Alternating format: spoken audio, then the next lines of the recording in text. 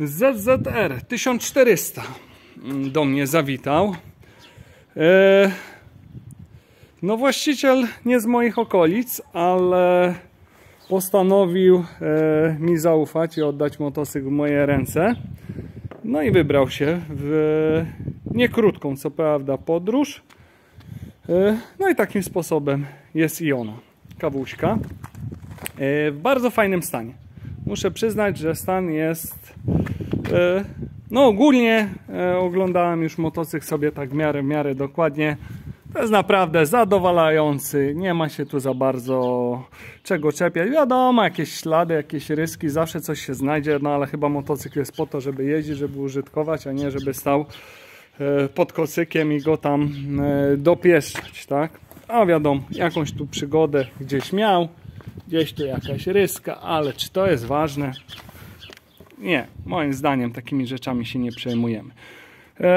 Motocykl do mnie trafia tak naprawdę na duży taki serwis, również pozakupowy. Motocykl kupiony przez właściciela w tamtym roku z przebiegiem, teraz ile on tu będzie miał? 43 000. No, ogólnie bardzo fajnie jeździ. Jedyna rzecz, na zimnym słychać terkotanie łańcucha. Ponoć problem w tych modelach z napinaczem. Może się uda to usłyszeć, bo był też odpalany i rozgrzewany tutaj przy właścicielu, żeby to obsłuchać. O, słyszeliście to? No, takie coś i zaraz jeszcze wskoczy to terkotanie. Chyba. Zobaczymy. Zaraz się to terkotanie rozpędza. Coś tam już słychać, ale to jeszcze nie to. I nagle łapie temperaturę pach i tak naprawdę jest cichutko, jest naprawdę fajnie. Na początku jest dość mocne.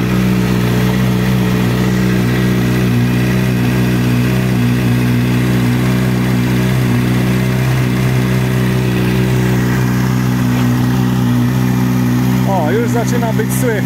Mam nadzieję, że to telefon wychwyci i później ładnie się nagrzeje i terkotanie znika. O, zaczynasz.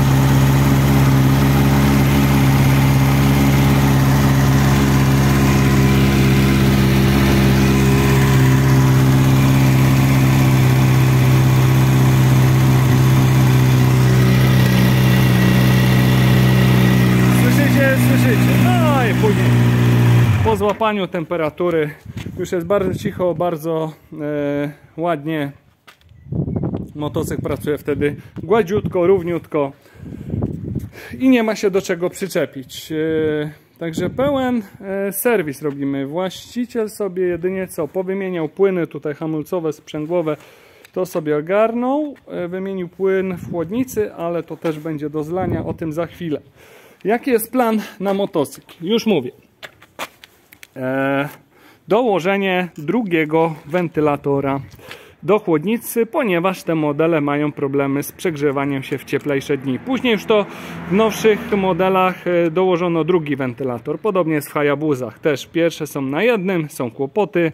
Później dochodzi drugi wentylator w kolejnej generacji i problem chłodzenia znika, także będzie trzeba dołożyć ten wentylator. To jest od nowszej wersji, ale to nie będzie takie plug and play, ponieważ no, nie wszystko będzie super pasowało, będzie trzeba coś pokombinować. Wymieniamy również zestaw naprawczy, zestaw napędowy, przepraszam, z zębatkami. Na koniec po wszystkim olej i jakże kontrowersyjna płukanka, po której oczywiście zawsze są kłopoty z silnikami i silnik się jak zwykle rozszczelnia, cieknie wszędzie, traci kompresję i tak dalej. Właśnie rozmawiałem z właścicielem, jak on do tego podchodzi, to mówi, że we wszystkich jakby i samochodach, które użytkuje, i motocyklach zawsze robi płukanki nigdy nic złego nie zaobserwował, tylko widzi po prostu czasami jak na świeżym oleju, gdzieś tam jeszcze na w miarę czystym, dodaje płukankę i robi się za chwilę olej ciemny, ile jeszcze tego brudu potrafi wlecieć. Także tutaj jak zwykle wiele komentarzy, kontrowersji, że Bóg wie co się dzieje ze sprzęgłami, z wyciekami i tak dalej. Jeszcze raz powtórzę, jeżeli w silniku został wypłukany nagar i z silnikiem coś się dzieje, to tyle jest warty ten silnik, co ten nagar, który w nim był. Bo on jest uszczelniony tylko tym. Ale to tam nieważne, każdy robi jak chce. W związku z tym, że trzeba zdemontować chłodnicę i dobudować wentylator, zresztą też będzie dużo wygodniej, jeżeli chodzi o luzy zaworowe, bo tutaj dojście do tego motocykla, tam do środka, to też jest wyzwanie. Filtr oleju to wiadomo, lądują nowe świece. Co my tu mamy? Komplet wszelakich uszczelek pod pokrywę, pod śruby pokrywy, pod kanały olejowe, pod boczną pokrywę. No wszystko to już właściciel zadbał, żeby jakieś dodatkowe tutaj też mocowania. To jest chyba pokrywa boczna. Zadbał właściciel, żeby mi jednak niczego nie brakło. I co jeszcze? Łańcuszek, jak widzę, z oryginału. Łańcuszek różądu wymieniamy. I od razu zamieniamy ten hałasujący napinacz na napinacz od ZX12R. Gdzieś wyczytał na forum, że od chłopaków, że zamontowanie tego napinacza, ponoć pasuje wszystko ładnie, rozmiarowo i tak dalej, załatwia temat, bo w ZX12 tego problemu ponoć nie ma. Także dajemy napinacz od ZX12R i będzie cicho. Bynajmniej tak mówi właściciel. Zweryfikujemy, sprawdzimy. No i wiadomo, nowe zębatki. A to co to jest? A to są też właśnie uszczelki pod śruby pokrywy i nowe zębatki. Zębatka z tłumikiem drga. No, także jest dość sporo, fajnie właściciel przywiózł wszystko, nie muszę się martwić o części. No, taki większy serwisik zrobimy, wiadomo, na koniec synchronizacja, DPS-y, te sprawy. Do sprawdzenia łożysko główki ramy, chociaż ja tak patrzę wstępnie, to nie wyczuwam tutaj jakichkolwiek przycięć, ale to oczywiście jak sobie dopiero podniesiemy motocykl do góry, to zobaczymy jak to łożysko sobie pracuje. Zresztą nie ma większych problemów. Delikatne zapocenia tutaj na dole spod pokrywy, bo było grzebane. Ponoć w tamtym roku chyba serwis Kawasaki gdzieś tam robił regulację zaworów, ale właściciel nie jest do końca pewny, dlatego chciał, żebym zerknął jeszcze raz, bo no tak robili, że wszystko mokre. Złożyli albo na starych uszczelkach, albo w ogóle tu nie zaglądali. No w Kawasaki tak jest, że niestety te uszczelki no są słabej jakości. Drugi ponowny montaż na tych uszczelkach powoduje to, że praktycznie zawsze są wycieki. No bo to jest naprawdę, ktoś musi mieć cholerne szczęście, żeby to drugi raz nie ciekło, i często też dzieje się tak, że nawet nowa uszczelka po iluś tam latach też puszcza. Niespotykane jest to w innych markach, na przykład w Suzuki te uszczelki jest duże prawdopodobieństwo, że trzymają za drugim, za trzecim razem, choć wiadomo, dla świętego spokoju zawsze się wymienia. W Suzuki te uszczelki jakość oryginałów rewelacja. Naprawdę można używać kilka razy, nigdy nie ma wycieków, a w Kawasaki zawsze no praktycznie pewniak, że coś się zapoci. To jest trochę pracy. Dojście tutaj, kto raz grzebał, to wie, że tutaj troszeczkę no trzeba rączki sobie no pozdzierać, żeby gdziekolwiek tam dojść. Później z synchronizacją to też jest no ciekawie, można powiedzieć. Ale ogólnie myślę, że motocykl bardzo zadbany, jak rocznik 2.9, jak nie powiedziałem. Jak już na tyle latek, trzyma się przyzwoicie, bardzo ładne wydechy. Nie wygląda to wszystko na zamęczone. O, może tak. Naprawdę nie wygląda to na zamęczone. Jakbym kupował taką 14 z tamtych roczników, to tego motocykla na pewno bym nie skreślał, bo no nie widać tu naprawdę. Nie widać tu, żeby ten motocykl przechodził jakieś większe katusze. Po prostu normalnie użytkowany i jakieś tam drobne rzeczy zawsze będą. Najważniejsze, żeby zrobić tutaj go technicznie. Reszta to jest wszystko naprawdę w bardzo ładnym stanie. Także co, wjeżdżamy sprzętem na serwis. Troszeczkę porozbieram go z owiewek, bo tu też jest co robić. Żeby dostać się gdziekolwiek, zlejemy płyn z chłodnicy.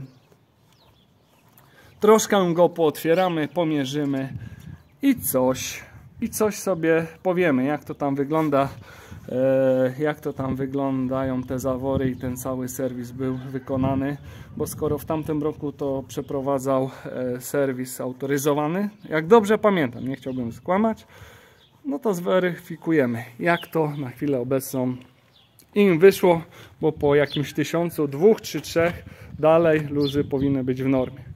Także za chwilę wyjdzie cała prawda, co było robione, a co nie. Tego nie da się oszukać. No, to tyle, jeżeli chodzi o taki jakiś wstęp. Ogólnie,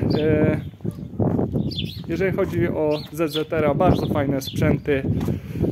No, takie naprawdę solidne, wydaje mi się, motocykle. Za wiele się z nimi nie dzieje.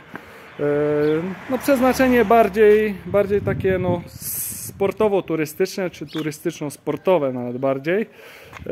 No, sprzęt swoje potrafi, ale przy tym jest wygodny, prowadzi się całkiem nieźle. To już wersja z ABS-em, także troszkę bezpieczniej.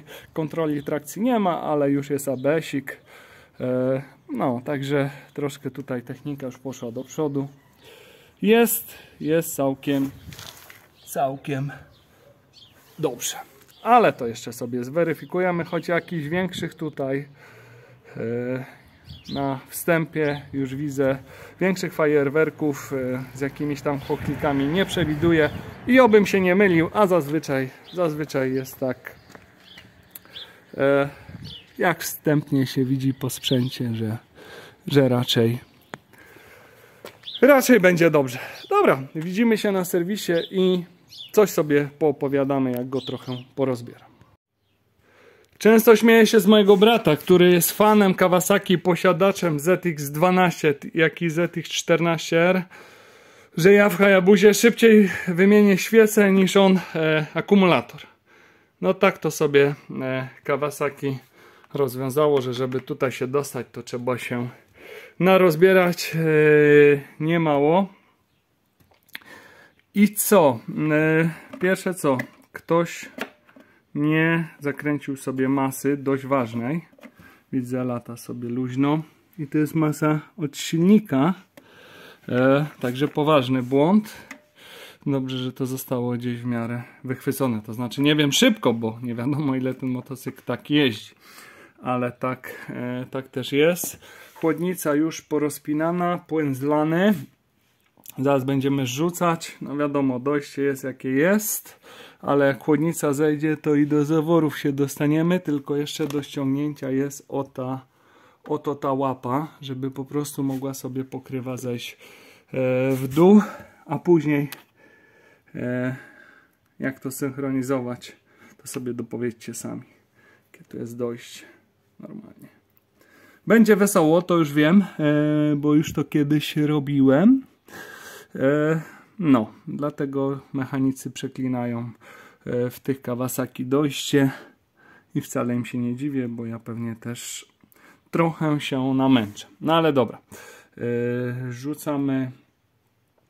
rzucamy tutaj chłodnicę i rzucamy dekiel. Będziemy patrzeć, jak tam wyglądają te sprawy silnikowe już w środku. To się widzimy niebawem. To powiem wam, że z luzami jest jakiś kosmos. Jeżeli faktycznie regulował to w tamtym roku autoryzowany serwis, to miej panie w opiece te wszystkie sprzęty, bo nie uwierzę, jak nie zobaczę faktury. Naprawdę to wszystko jest no mocno rozjechane. Gdyby to było rok temu regulowane, to normalnie nie do uwierzenia. Słuchajcie, do poprawy, tam gdzie są wykrzykniki, no ale przejedźmy. Sąsiad 0,15 to 0,20. Zobaczcie tutaj. Wyszedł na górną, za górny limit 0,24, 0,25. 4,5 do poprawy na limicie. Ten jest ok, ten jest ok, ten jest ok. 0,14 setka mniej i 0,15 na limicie. Tutaj są takie jakieś dziwne różnice, ale jedziemy na wydechy. 0,22 do 0,27. 2 setki za dużo na limicie i tutaj 4 setki za mało, zacieśniony. 3 setki zacieśniony. To jest 0,18. To jest ile? 4 setki, 2 setki, 2 setki, 2 setki. Wydechy wszystkie. Sące raz, 2, 3, 4, 5. W sumie 16, tylko 3 zawory nie są do regulacji. Totalna masakra, jakiś dramat. Dlaczego to wszystko ciekło? No jeżeli to robi tak autoryzowany serwis, ale ja mówię, nie chcę nikogo oczerniać, taką dostałem informację i nie wiem, czy ona jest do końca pewna. Może tak tylko sprzedający mówił temuż właścicielowi, że tak było robione, więc no dlatego to cieknie. Wszystko poskładane na silikony, bo po co wymieniać uszczelkę na nową i później tak to mniej więcej się dzieje. Teraz patrzcie, co się dzieje z rozrządem, bo aha, to może zanim zakręcę, to pokażemy znaki. Nie ma tragedii, chociaż ktoś sobie tu znaczył już jakieś znaki mazakiem, mimo że znaki swoje są, więc nie wiem po co to komu, no ale ktoś się bał i słuchajcie, czy ja to dobrze pokażę, może inaczej. Widać tu znaczek. To nie będzie widać chyba. Chociaż słuchajcie, no powinien się znak pokrywać idealnie. Jest pod kreską. Jest troszeczkę przesunięty, no czyli spóźniony, tak? Opóźnia się troszeczkę już po prostu rozrząd. Nie jest to jak Bóg wie ile, ale to już coś znaczy. O, to będzie widać tutaj. Widzicie, powinien wpadać idealnie, tak? Jak wam pokazuję czasami, jak jest po wymianie rozrządu, a jest tak. Także, żeby nie było, ustawiony idealnie na znakach. No, ale patrzcie, co się dzieje z rozrządem. Czemu on tak chrabocze. Patrzcie teraz tutaj.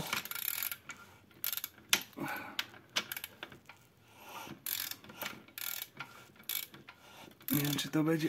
O, widzicie, jak go aż podnosi całego, tak jak on by w ogóle nie był dobrze napięty. Nie wiem. Zobaczcie, co się dzieje.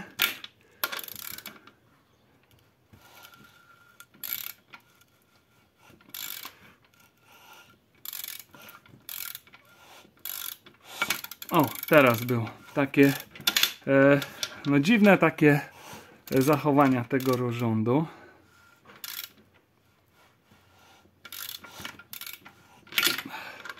Takie dziwne podskoczenia. O, nie jest jakoś, jest troszkę wyciągnięty, to fakt, ale mi się wydaje, że po prostu napinacz już faktycznie nie domaga, dlatego go tak tutaj podbija, bo nie jest dobrze uciągnięty. Po prostu napinacz się poddał i stąd to całe terkotanie i grzechotanie. No to jest, mimo tutaj z góry jest jeszcze no ten cały ślizg. Gdyby tego ślizgu nie było, to on by tu już w ogóle tańczył i sobie przeskakiwał. Dlatego to tak tyrka i z jeżdżeniem z czymś takim jest po prostu no niczym dobry. Może tak w skrócie powiem. Dobra, słuchajcie, wiemy, co jest do roboty, a do roboty jest od cholery. No co, rzucamy łańcuch, wałki, będziemy wymieniać łańcuszek, będziemy regulować zawory. Mam nadzieję, że płytek wystarczy w moich zestawach, bo będzie co robić. No dobra, działam dalej. Co do świec, może świece jeszcze. Świece bardzo fajne i tak naprawdę w nie najgorszym stanie. Musicie być świadomi, że jak tu robicie jakieś roboty, to od razu wymieniać świece, bo później, żeby się dostać tutaj, to naprawdę jest kupę rozbierania do tych świec, żeby się tutaj łapę wepchać i tak dalej. No jest roboty, więc wykorzystać każdą okazję, jeżeli tu jest wymieniana uszczelka czy cokolwiek innego, od razu wrzucić świecę, bo później jest dramat. Uszczelki już cholernie twarde, jak to w Kawasaki. No wiadomo, do mycia te też tutaj tulejki od kanałów do palania spalin, jak i same gdzie ja tu mam cały ten system, może tak. O, wiadomo, to zawsze jest uwalone i jak widać, to tutaj ręką tego nie wyciągnę teraz jedną. Jak widać, tutaj nie zaglądał raczej nikt nigdy. No, to tyle. Tak ogólnie rzecz biorąc, no mniej więcej wiemy, co nas czeka. Roboty trochę będzie. Dobra. Działam dalej. Słuchajcie, to niespodzianek, ciąg dalszy. Napinacz mi się po prostu rozsypał przy wyciąganiu. Wyszczelił. W ogóle tutaj te zabezpieczenia go nie trzymały, więc no i zresztą, jak widać, składane wszystko pięknie, ładnie na silikonie, nie? Także ktoś tu ładnie pomodził to tak po taniości. I moim zdaniem, jeżeli chodzi o łańcuszek, to nie był temu winien, tylko faktycznie napinacz. Źle złożony, kiepsko napinał, dlatego już tak tutaj on nawet mimo tego ślizgu górnego, gdzie go napina, no chciał przeskoczyć. No, tu macie już te systemy dopalania zdemontowane, to widać. To widać, że to jeździ kupę lat bez zaglądania. Co jeszcze? Co jeszcze takiego? Wałki? Zobaczymy, bo w sumie się nie przyglądam, ale jak widzę, to tutaj jakiejś tragedii nie ma. Wałki są ładne, nie powycierane, nie poprzycierane. Te powierzchnie wydają się być dość fajne. Natomiast to tak tylko wygląda dziwnie, ale też nie ma na mostkach też nie ma większej tragedii. Jest w miarę ok, także jeżeli chodzi o zaglądnięcie tutaj, to naprawdę taki ostatni gwizdek, bo tu to za długo by już nie pochodziło. No dużo rzeczy takich dziwnych, napinaczy, to wszystko na silikon. No nie wierzę, że to robił autoryzowany serwis, żeby odwalił aż taką fuszerkę. Luzy też odleciane, jak widzieliście, w kosmos i wiele śrub, jakbym się uparł, to bym rękami poodkręcał. Mówię tutaj o jakichś mocowaniach i tak dalej. Tak delikatnie to wszystko dokręcone, że ja się zdziwiłem, że to właściciel tego wszystkiego gdzieś tam po drodze nie pogubił. No ale jakoś się to utrzymało, jakoś to przeżyło i myślę, że że może być tylko lepiej. Jak mamy wszystkie części w oryginale, nowy łańcuszek, napinacz. Zobaczymy, czy pasuje z tej 12. No i to wszystko wyregulujemy, poskładamy, to ona dopiero będzie fajnie sobie śmigać. No dobra, słuchajcie, czyszczenie, podmienianie płytek, to zejdzie. To na pewno trochę zabawy jest, więc ja się za to biorę i i widzimy się gdzieś tam może po wyczyszczeniu przy składaniu. To tak na szybko. Właściciel w sumie chciał wymienić napęd, bo mówi, że coś mu czasami przeskakuje, tak? Słyszę jakieś chrobotanie, dziwne zachowywanie się łańcucha. Zobaczcie na ośkę. Praktycznie, żeby ją raczej inaczej. Kto to dokręcał i czym to dokręcał, to chyba pneumatem, bo mi aż klucze się gięły. Pomijając to, że ośka powinna być taka, była tak, ale to mniejsza z tym.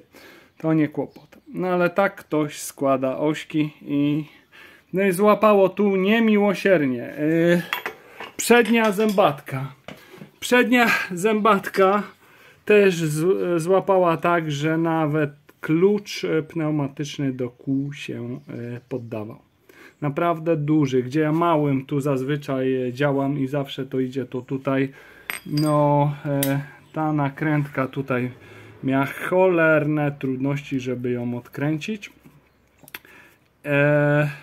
Piszą też chłopaki gdzieś tam na zagranicznych forach, że Kawasaki ma takie drgania, że potrafi od drgań się jeszcze sama gdzieś tam w czasie jazdy, w czasie użytkowania dokręcać. Dlaczego?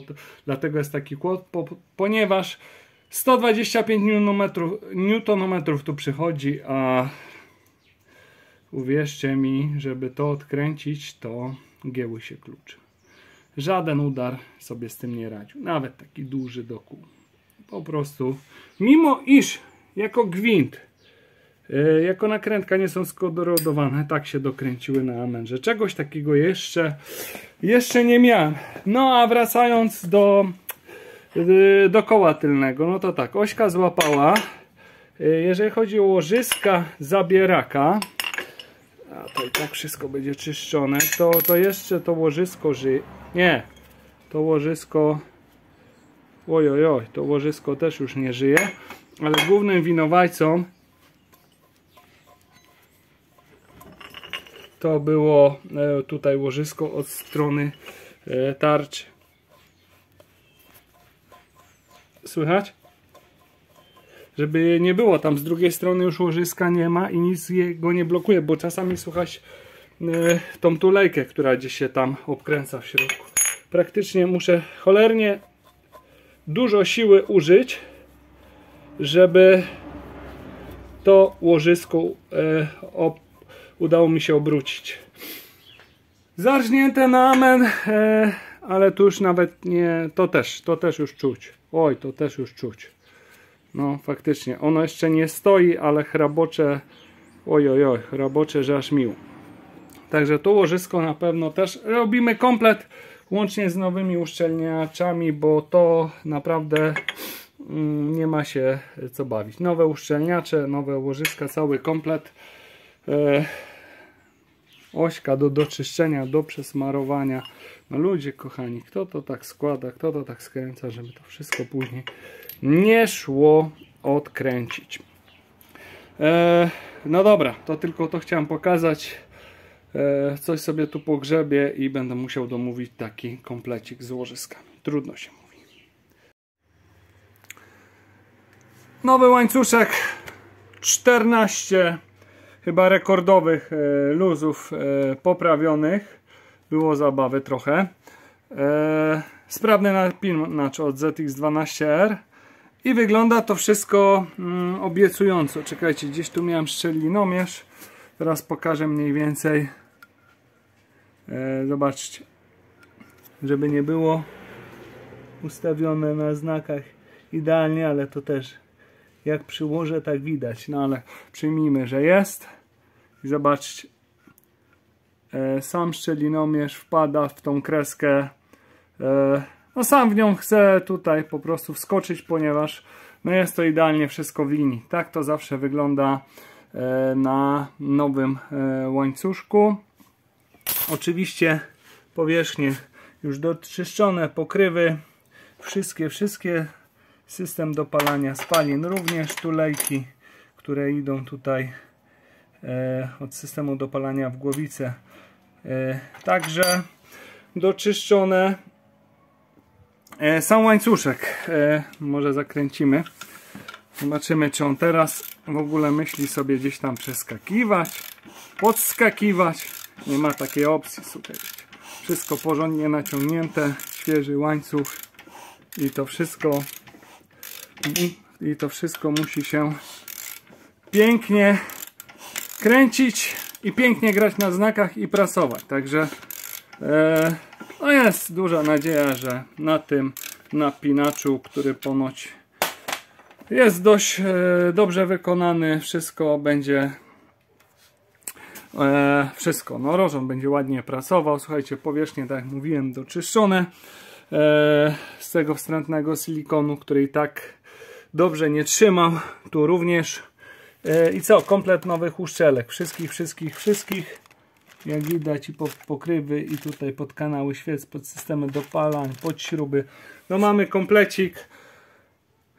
Także żegnajcie silikony, żegnajcie wycieki, żegnajcie fuszerki. Miejmy nadzieję, że już teraz motocykl wyprowadzony na prostą będzie fajnie służył. No, ja sobie oczywiście to wszystko zacznę składać. Jeszcze mi zostało teraz wykorzystać ten czas i wkręcić sobie świecę. Bo to jest dobry moment, żeby kiedy jest jeszcze więcej tutaj tego marnego miejsca, i później oczywiście zamykamy całą górę i będziemy jeszcze walczyć z chłodnicą, ale to pokażę co i jak. Dobra, ja sobie to zamykam i widzimy się gdzieś tam przy kolejnych pracach. Silniczek poskładany, jedynie chłodnicy brak, o tym za chwilę.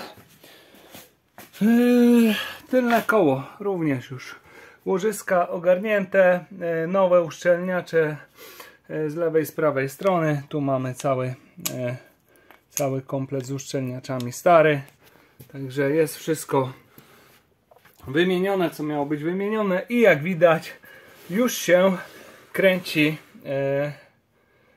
złoty RK. Także również zakuty, wszystko poskładane. No i oczywiście ośka z tej strony, nakrętka po prawej stronie, nowa zawleczka, jeszcze nie zagięta, nie przycięta, ponieważ jeszcze łańcuch nie jest do końca naciągnięty. To później, jak go rzucę ze stojaka, to będziemy się bawić tu w regulację. I właściciel, jak się dowiedział, w jakim stanie jest, jakie są łożyska tylnego koła, tu nawet widać, nie ma osłonek, obowiązkowo kazał sprawdzić również przód był już ściągnięty, był troszkę, ośka była sucha, ale nie była tak zardzewiała i nie stała, także została przesmarowane zostały, wyczyszczone i przesmarowane zostały również tutaj te tulejki dystansowe i łożyska z przodu jak najbardziej ok, jak widać. Dlaczego się tak ładnie kręcił? Bo są troszeczkę rozsunięte zaciski i nie haczą klocki o tarczę, co jest oczywiście naturalne przy normalnym tam już użytkowaniu. Słychać takie delikatne szuranie. No, ale jak widać, łożyska w bardzo ładnym stanie. No i łożyska główki ramy również zero jakichkolwiek gdzieś tam zblokowań czy luzów. Także nie szukamy sobie roboty, bo nie ma co dotykać rzeczy, które są naprawdę gdzieś tam w dobrym stanie, trzymają się całkiem nieźle. Także przód jest ok. Jak widzicie, wszystko poskładane. Została walka z chłodnicą. No i cóż z tą chłodnicą? Otóż jest wentylator, ten drugi troszeczkę mniejszy, bo jak są dwa wentylatory w tych nowszych wersjach, to są dwa małe. To jest jeden duży, drugi mały. I teraz tak jak mówiłem, nie będzie takie plug and play, ale to w ogóle nie jest plug and play, dlatego że tego kompletnie nie ma do czego przymocować. Dlatego będzie trzeba dorobić tutaj uchwyty. 3. Praca bardzo delikatna, ponieważ będzie trzeba, tak jak tutaj jest to zrobione w oryginale, przewiercić tutaj od spodu tą podstawę chłodnicy. Ja nie dam nitów, tylko nitonakrętki, które też będą troszeczkę jeszcze nawet lepsze, bo przy dokręcaniu jeszcze bardziej się zacisną. Tylko trzeba uważać, żeby ta nitonakrętka już tutaj nie dotykała i gdzieś nie uszkodziła tych tutaj już, no można powiedzieć, jakichś tam kanałów wodnych. Także bardzo delikatna robota, precyzyjna. No i z góry będzie to samo, również tak jak tutaj w oryginale. Trzeba delikatnie przewiercić i dać również nitonakrętki i do tego jakieś dorobić mocowania. No trochę taka wredna robota. Myślałem, że chociaż coś do czegoś będzie można tutaj to dopasować. No i również kabel do przedłużenia, ponieważ najfajniej by było go dopiąć tutaj do głównej wtyki, dolutować tutaj, wyciągnąć styki, dolutować również te kabelki, no ale niestety no nie starczą. Można by było gdzieś się tutaj wpiąć, ale nie chciałbym tego robić, wolę przedłużyć te i bezpośrednio wpiąć się już do wtyczki głównej. Także jak widzicie, to tak wcale przy tym motocyklu lekko nie idzie. Myślałem, że będzie dużo łatwiej, dużo mniej roboty, a jednak no wlecze się to trochę. I gdzie się nie dotknę, tam jakieś kłopoty. Albo stoi ośka, której nie można wyciągnąć, bo się z rdzą zaspawała, albo zajechane łożyska, albo te śruby tak podokręcane, że mam wrażenie, że jakiś kowal tutaj ten motocykl serwisował. A żeby było ciekawiej, to takie mało znaczące śrubki typu tu gdzieś mocowanie i tak dalej, to praktycznie w rękach można odkręcać. Dziwny miszmasz i sam nie wiem, co o tym wszystkim myśleć. No miejmy nadzieję, że uda się motocykl tak fajnie doprowadzić do takiego stanu już no zadowalającego i będzie właściciel miał na długi czas no taki motocykl już bezproblemowy, bezawaryjny. Tak, bynajmniej taka była idea tych prac, których wcale nie było mało. No i została synchronizacja, a śrubki do synchronizacji są tam, także tam wtyczkę w dół. Podpinamy się. O tutaj, widzicie, są takie zaślepeczki. No i teraz trzeba się do każdej dobrać. Podpiąć się i regulować z tej strony. Także brawo Kawasaki. Też na pewno inni mechanicy kochają tu grzebać. No ale zdarzają się i takie sprzęty i trzeba sobie jakoś z tym wszystkim radzić. Dobra, nie narzekam, tylko biorę się za robotę, bo wyzwanie jest niemałe. No dobra, działamy. I co? Myślicie, że będzie coś z tego? No powiem wam, wygląda to dość fajnie i obiecująco, ale jak na modyfikację chłodnicy, to powiem wam, że naprawdę robota, jeżeli chodzi o mechanikę, bardzo zegarmistrzowska. W takich kategoriach bym to gdzieś ujmował. No naprawdę bardzo mało miejsca, dużo się ryzykuje montując to, żeby nie uszkodzić chłodnicy. Sprawdziłem, szczelność jest ok, ale to jeszcze wyjdzie, jak się chłodnica nagrzeje, złapie temperaturę. Czy naprawdę zrobiłem to delikatnie, ostrożnie. Duża odpowiedzialność, bardzo dużo pracy. Takie jedno popołudnie to tak leciutko schodzi, plus drugie popołudnie też obmyślanie i kompletowanie części, jak to zrobić, żeby było dobrze, ale jest stabilnie, mega stabilnie. Kable przedłużone, zlutowane również tutaj w osłonce, bo tutaj panują dość spore temperatury, żeby nic się z tymi kablami nie działo. Wszystko podwieszane i wszystko sprowadzone do jednej kostki. Tak zawsze robię, nigdy z tym nie ma kłopotu. I u siebie również w Hayabusie dokładam drugi wentylator, ale powiem szczerze, było dużo prościej. Tu kompletnie uchwytów nie było żadnych. Także wszystko od początku no kombinacje dość spore, ale się udało. Tak się zastanawiam, czy w ogóle się tego podejmować, no ale no taki już jestem, że się gdzieś chwytam takich tematów. No dobra. Jakoś się to udało, ale zobaczymy jeszcze, czy bezpiecznik wytrzyma dołożenie drugiego wentylatora, chociaż tak jak mówię, ten jest mniejszy, to powinno to jakoś pójść. Na jednym u siebie w Hayabusie też nie zmieniałem bezpiecznika. No sprawdzimy, odpalimy, jak będziemy synchronizować, nieraz się załączy wentylator i wszystko nam powie wtedy no, kilkukrotne załączenie, czy jest ok. No dobra, jakoś to wyszło. No to co? Wrzucamy do motocykla i patrzymy, jak to wszystko się zachowuje i będziemy wyciągać wtedy wnioski. To co? Próbujemy? Zobaczymy, jak mi się to tam wszystko udało. Jak on się teraz nam tutaj wdzięcznie odezwie.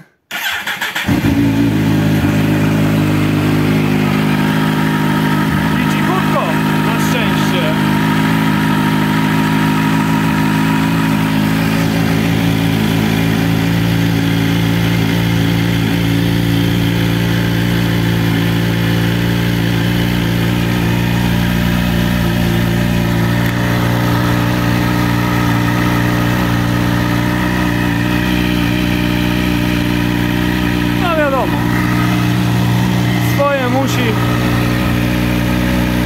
się wygrzać. Jakiejś tragedii nie ma.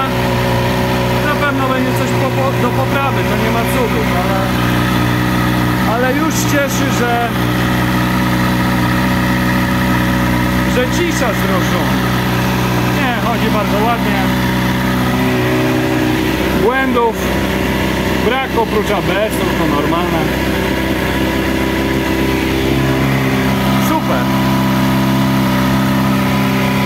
Dobra, niech się wygrzewa i będziemy coś stroić. Może jak się nagrzeje, to pokażę, jak wygląda, a jak ma wyglądać. No, może tak. Dobra. No jest porozjeżdżany troszkę. Na różnicowych, na tym najdokładniejszym nie jest. Najdokładniejszym to brakuje skali. Także rozjechany dość. Mimo to pracuje bardzo ładnie.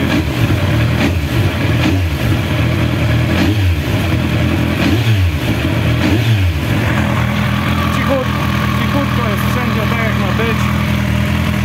Na razie zapoceń brak. Dobra. Jak coś podziałam, to pokażę. Chociaż dojść tutaj to będzie mistrzostwo.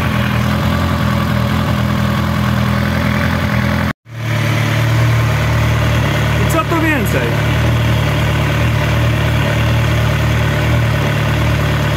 Na największej dokładności. To już jest wszystko, co można na tym motocyklu osiągnąć. Chodzi fajnie. Naprawdę cichutko, równiutko, aż się chce go teraz słuchać. Wiatraczki się kręcą, dobudowane też. Teraz zobaczymy, czy się załączy, czy się nie załączy. O, już ruszył. Wy tego nie widzicie?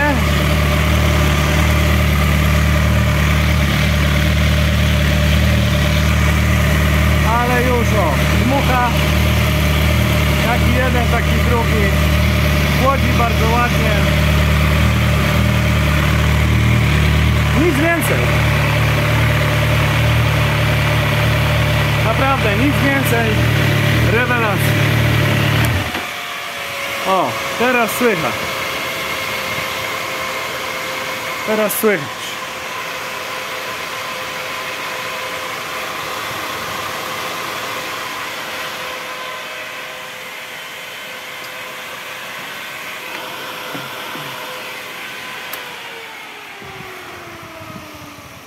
No i zobaczcie, nie ma opcji, żeby gdzieś się nam pociło. Idziemy jeszcze zobaczyć z drugiej strony.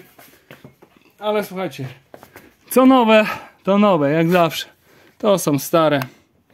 Jeszcze rzeczy, które trzeba wytrzeć, ale jak widać sama uszczelka. Oj, tu się od temperatury telefon buntuje. Sama uszczelka jest czyściutka, to jest wszystko. Te zapocenia wszystkie to są te, które spływały jak była otwarta pokrywa. No, przy regulacji i tak dalej, ale sama uszczelka, o teraz widać. Jest czysto, jest sucho. Nie ma się do czego przyczepić. Także poszło ładnie. Z prac jestem zadowolony i została najbardziej kontrowersyjna sprawa. Za chwilę wracam. Jak jest tak rozgrzany silnik, to co najlepiej zrobić? Jak to co? Zapodać płukankę. Czekajcie, bo jedną ręką to ja tu sobie dość średnio radzę. No ale dobra. Coś temu mi powolutku się chyba uda. O. Pyk.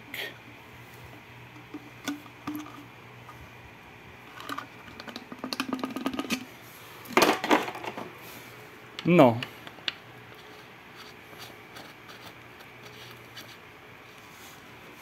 I niech się ładnie umyje.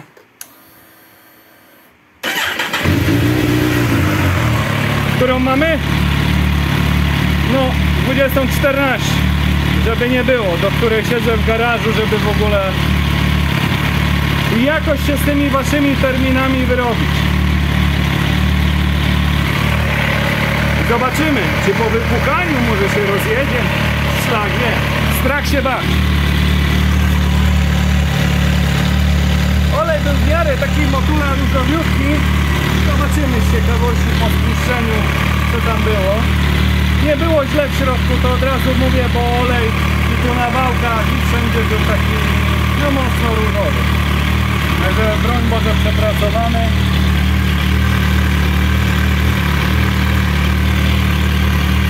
Nie ma wszystko suche, wszystko czyste. Dobra. Uczemy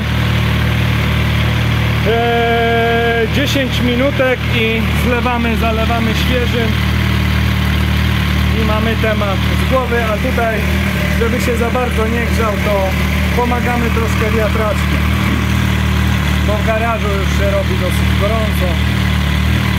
No, niech się ładnie wychłodzi. Także nie dziwcie się, że się nie możecie do mnie dodzwonić czy coś, bo tak jest praktycznie codziennie. 21, 22 czasami w domu. No, tak to wychodzi, tak się nawarstwiło tematów. Czasami jak widzicie, komplikują się sprawy, to jakieś łożyska, to inne pierdoły i tak schodzi. No dobra. Nie zanudzam, widzimy się już przy jakimś tam końcowych tematach. No, 10 minutek prawie mija, a tu kontrolka oleju, palić się nie chce, nie rozjechał się, znowu show nie będzie. I na dodatek tak jeszcze wszędzie sucho, zapocić się nie chce. Znowu się nie udało. No. Dobra. Dość tego wszystkiego.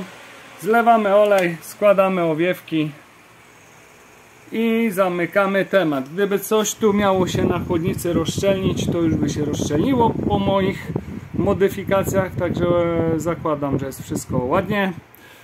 Jak słyszeliście, rozrządu nie słychać. I patrząc wszędzie po uszczelkach z wyciekami będzie spokój na długi czas. Tak mi się wydaje. No.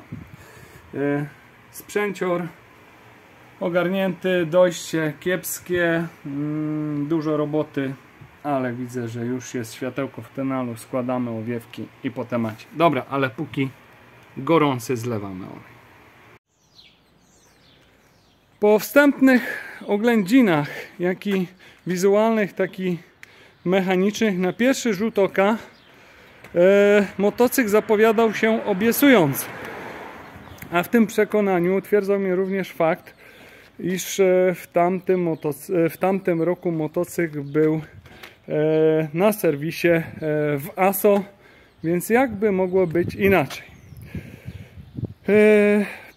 Po rozebraniu motocykla i po tym, co zobaczyłem, to jestem w 100% przekonany, że ten motocykl nie przejeździłby tego sezonu. Nie dojechałby do końca tego sezonu. Pytanie tylko, co rozpadłoby się pierwszego. Czy rozleciałyby się totalnie łożyska tylnego koła, a ten motocykl służy do szybkiej turystyki i naprawdę, no nie daj Bóg, gdyby się to stało przy jakichś naprawdę szybszych prędkościach autostradowych, gdzie mogłoby ulec zablokowanie tylne koło, czy też rozleciałby się tutaj łańcuszek rozrządu, który by doprowadził również do zniszczenia, można powiedzieć, całego silnika. Coś na pewno by się podało. Myślę, że prędzej czy później jedna i druga rzecz by skończyła marnie. Na szczęście nic się nie stało właścicielowi. Zostało to wychwycone, można powiedzieć, za 5:12. I nic się również nie stało silnikowi. Też udało się to wszystko uratować, czyli te zaniedbania bez większych szkód, na szczęście, jak i dla zdrowia i życia, tak i dla właściciela. No było grubo, to musicie przyznać. I dalej twierdzę, że nie jest to motocykl zajechany, nie jest to motocykl zarżnięty, z jakąś Bóg wie jaką przeszłością, składany z Czech, czy po jakichś większych szlifach, po drobnych przygodach moim zdaniem. Natomiast cała przyczyna tego leżała po nieuczciwym serwisach. Bo zaniedbania były dość spore. Na szczęście udało się to wychwycić jeszcze po rozebraniu. Pytałem właściciela, upewniałem się, czy na pewno w tamtym roku był na serwisie WASO. Właściciel twierdzi, że ma przed oczami fakturę i tak w tamtym roku był na takim serwisie, na regulacji zaworów. Szczerze, nie chcę tej faktury widzieć, nie chcę tego wiedzieć. Wolę żyć w przekonaniu, że jednak ASO podchodzi profesjonalnie do tematu, żeby tu nikogo nie oczerniać. Może to jest jakaś nieprawdziwa faktura, może nie od tego motocykla, albo zupełnie jeszcze coś innego. Nie chcę. Wolę żyć w przekonaniu, może nieświadomości, że jednak oddajemy do serwisu już autoryzowanego. Jest to zrobione wszystko tak, jak ma być. Na chwilę obecną co mogę powiedzieć? Motocykl doprowadzony do stanu używalności i jego stan określam na bardzo fajny. Cholernie zdrowy silnik. Tam był olej bardzo czyściutki, różowiutki. Zresztą tam chwilę chyba widzieliście, gdzieś tam jak płukankę dolewałem czy coś.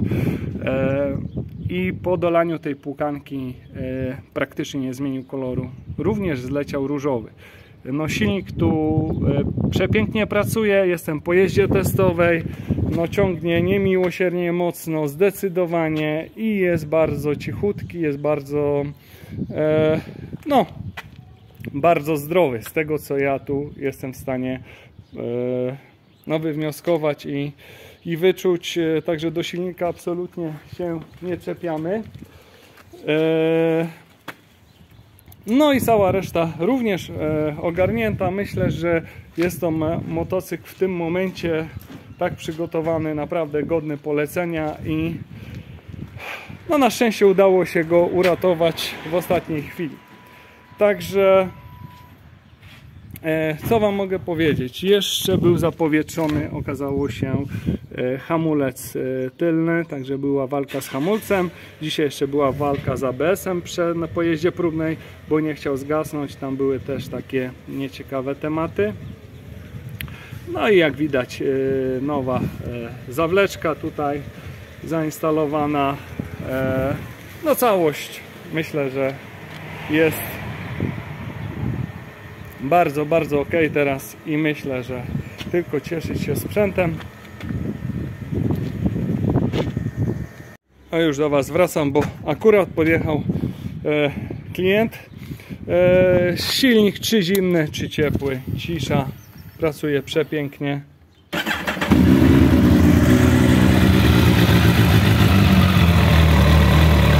Jest po prostu cicho, przyjemnie i co najważniejsze, sucho. Posłuchajcie tego silniczka. Może telefon jakieś tam nieczystości wychwytuje, ale naprawdę rewelacja. Także myślę, że silnik ma jeszcze mnóstwo kilometrów przed sobą.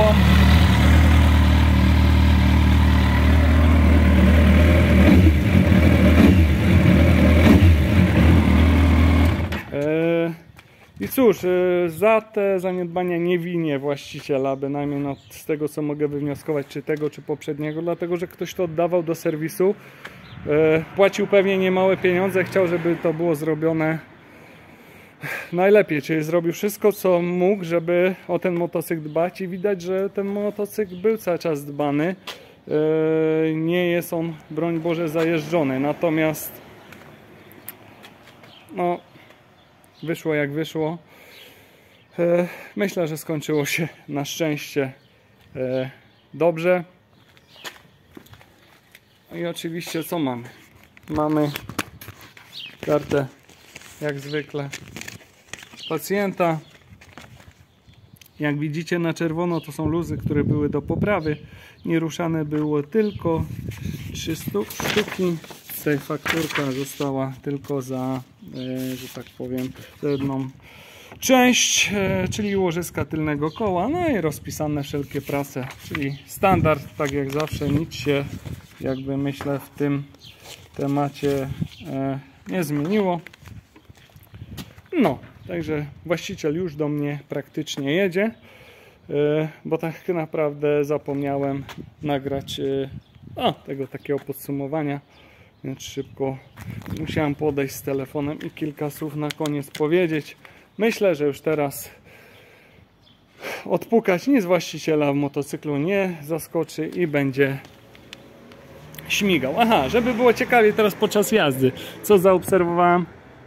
No, oczywiście ktoś coś sobie tutaj grzebał i nawet nie potrafił tutaj tego chwytu założyć porządnie i nie trzeba naprawdę znać angielskiego, wystarczy popatrzeć na strzałkę, jak to ma być. Także za chwilę jeszcze to poprawię. I tak widać, trzeba by było śrubka po śrubce po kimś ten motocykl cały przejrzeć, bo ktoś coś tu chciał robić, ale albo kowal, albo mu to nie wychodziło. Dobra, poprawimy jeszcze to, niech właściciel ma to już wszystko dopieszczone, tak jak być powinno. A tutaj jeszcze nam się prezentuje złoty RK. Szczerze mówiąc nie mam jakichś większych opinii o tym łańcuchu, bo nigdy na nim nie jeździłem, nie wiem ile wytrzymuje. Właściciel mówi, że słyszał dużo dobrych opinii, jest porównywalny, a nawet czasami ktoś mówi, że lepszy od Dida. Nie wiem, nie użytkowałem, dlatego nie wypowiadam się na temat jakichś tam, powiedzmy, rzeczy, których nigdy w ręku nie miałem, czy nie testowałem na swoich motocyklach. No, to tyle. Trzymajcie się i do następnego oczywiście.